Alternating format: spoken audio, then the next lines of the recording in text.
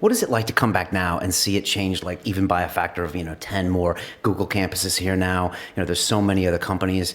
What's it like? Because you guys were there early on. This is 7-8 years ago when you guys started. Yeah, right? yeah. So I talk about kind of the last day that I had a real job was November 2006. Okay. So I think Ali and I both kind of started on Huddle full time then. We'd been working on it for a while. And kind of it's almost impossible to think back what the London scene was like back then, because really there wasn't a London scene. You could probably count, there were a bunch of companies building tech stuff, but there was no real community. Rob Lock would throw a few dinners, and really that was it. And so actually pretty early on, Ali and I decided, as well as doing Huddle, we'd have a side project, which was an event called Drink Tank, which was a monthly, basically drink up for entrepreneurs, investors, journalists, because there wasn't anything at the time. Now, we kind of got busy with Huddle. I moved away. Ali moved to SF as well. But since then, it's like a hydra. Drink Tank finished, and then like 4 other events popped up in its place. Yeah, no, you got the Drinkabout and tons of them. The Milk Roundabout. Yeah. You've got the whole scene's kind of gone. Every night of the week, you can go to like 5 different events, probably, if you wanted to. Yeah. And when did you move to San Francisco? Why did you make that decision? Because that's a big decision. Mm-hmm. And what's it been like?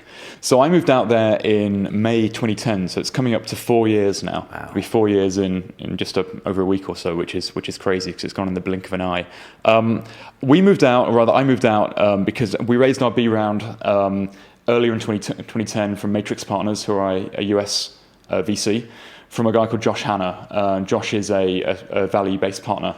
And he quite fairly said, look, given what you guys are doing, you're building kind of broad enterprise technology, you need to have a big presence on the West Coast. I'd been going out there anyway. I kind of knew the area pretty well. I was pretty much young, free, and single. So I was like, I'll fall on that sword. I will move to California and go and set up the US office. Right. Alistair had like a kid. He had another one on the way. He was kind of knee-deep in running the UK operation. And, the great thing about having 2 founders is that you can kind of divide and conquer like that. What's it been like lifestyle-wise? You're an Englishman in California. I'm American in London, but that's another story. I'm a Canadian in London. We're all... Yeah, well, kind of out of water. What's it like being there? I mean, you must have seen the usual typical things at first, where you're like, okay, this is what I expected. And then what was it really like? I mean, I guess I knew the place reasonably well because I'd been going there quite often. I mean, I always say to entrepreneurs when they're thinking about making that big leap, before you do it, spend a bunch of time there. Don't just go out for a week once a year. Really try and get out there and immerse yourself. But Airbnb makes it super easy to go out there and spend a month. Living kind of amongst other people, other entrepreneurs that are building stuff, and just see if it's for you, because not every company needs to be out there. If you're building, maybe e-commerce, or if you're building fashion, or you're building retail technology, or financial technology, or legal technology, there's nothing in San Francisco for you. But if you're doing the kind of broader stuff, broad enterprise, broad consumer marketplaces, it's the best place in the world to be. And I think for me,